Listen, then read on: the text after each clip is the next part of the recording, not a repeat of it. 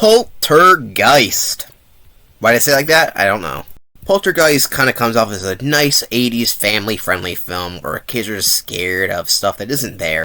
It seems a little quirky, like, oh, the chairs are just in a weird spot, and there's a weird worker stealing food and drinks from the window.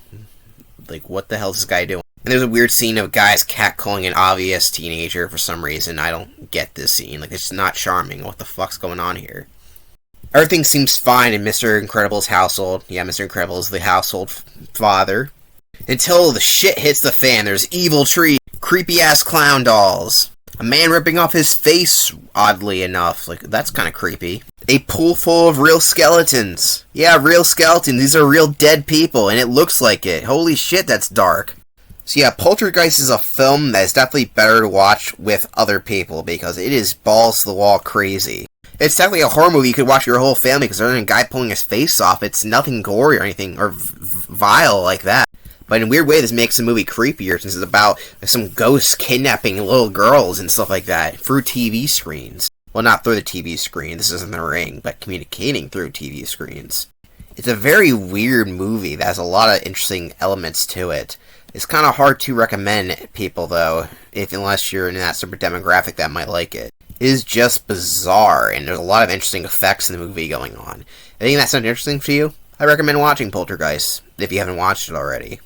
One of the things that cracks me up is that one of the rooms that has the most possession going on, where the girl gets transported into the ghost world, every time they go in it, it's always empty, except for the C-3PO on the wall. I don't know why that cracks me up, but during this serious scenes, C-3PO is just always staring at me from the doorway. Like, the whole room had a bunch of Star Wars stuff in it, and other interesting things, like an Alien poster. That was because Steven Spielberg produced the film, and he has a lot of ties, including to George Lucas, who made Star Wars. So that's why there's Star Wars all over the film. But everything else goes away, except for this one C-3PO on the wall near the door, and I don't know why every time I see it, it cracks me up. This film, though, is just very bizarre. There's a lot of weird things going on. Like, the parents are kind of bad parents. Like, the kids are obviously scared, but they, like, leave a creepy clown doll out and the window's open to the creepy-ass tree. Like, they think it's perfectly normal for that to be there. They also smoke in the house, and Mr. Incredible barely spends any time with his family. Like that, I wonder where he got that from. He's also reading a book called Reagan, the Man, the President. Like, okay, like, is he going to learn about Reagan? He's living through the Reagan presidency. Like, why is he reading a book about Reagan right now? He needs to read a book later on when he learns that Reaganomics ruined the country, but whatever. My question is, who owns this fucking creepy-ass clown doll? I'm not scared of clowns, but I wouldn't want that staring at me when I'm asleep. No wonder the kid's scared. And they're like, oh, the kid's scared. Why is that? You have a creepy clown in his room, that's why! The mom is also a bad parent. She decides that the canary's dead, so I'll flush it down the toilet. You don't flush animals down the toilet. That's terrible for the drainage system.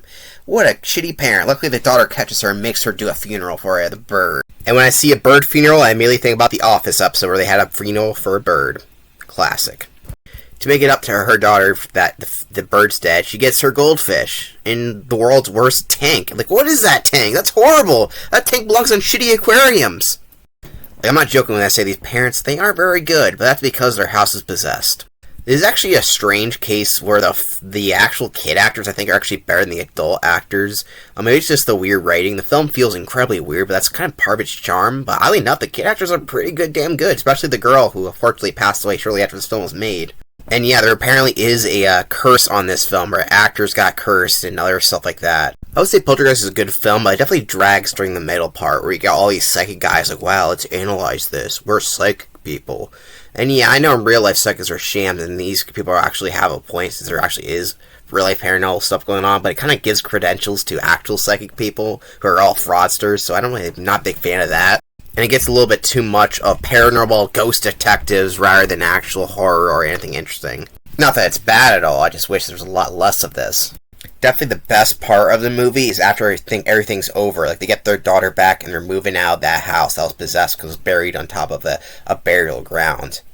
By the way, it's never explained if it was the typical Indian burial ground that you always hear. Or for Native American, but it's always Indian, is what they always say. But it is just a random burial ground, I guess, they built houses on top of. They move in the next house, and it turns out, it's possessed again! Because this house was also built up a burial ground. And now the clown's fucking evil! I mean, it already was evil, but it's even more evil! If I wasn't spoiled about this scene, and this is the first time I saw it, this actually would have freaked the fuck out of me, maybe.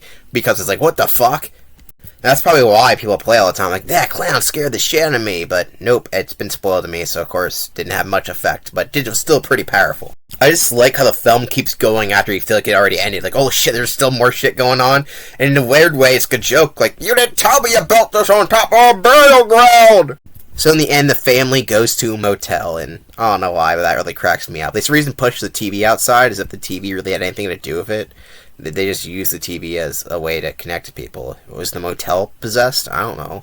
And that was Poltergeist, a really crazy, zany, and fun film. I wouldn't give the highest marks, but it definitely is an entertaining film that you haven't seen. I'd recommend watching just for how bizarre and kind of scary it can be, especially if you have kids, because I feel like this might actually be a good kids horror film, if that makes any sense. Though keep in mind, I can't show these scenes. There are scenes, especially early on, that have a lot of bright flashing lights that actually hurt my eyes. I don't even have epilepsy. So keep that in mind. There's a lot of that early on, and I was not a big fan of that. But overall, Poltergeist is definitely a film that I definitely recommend you watching. Get a group of friends. You can bring your little kiddies along.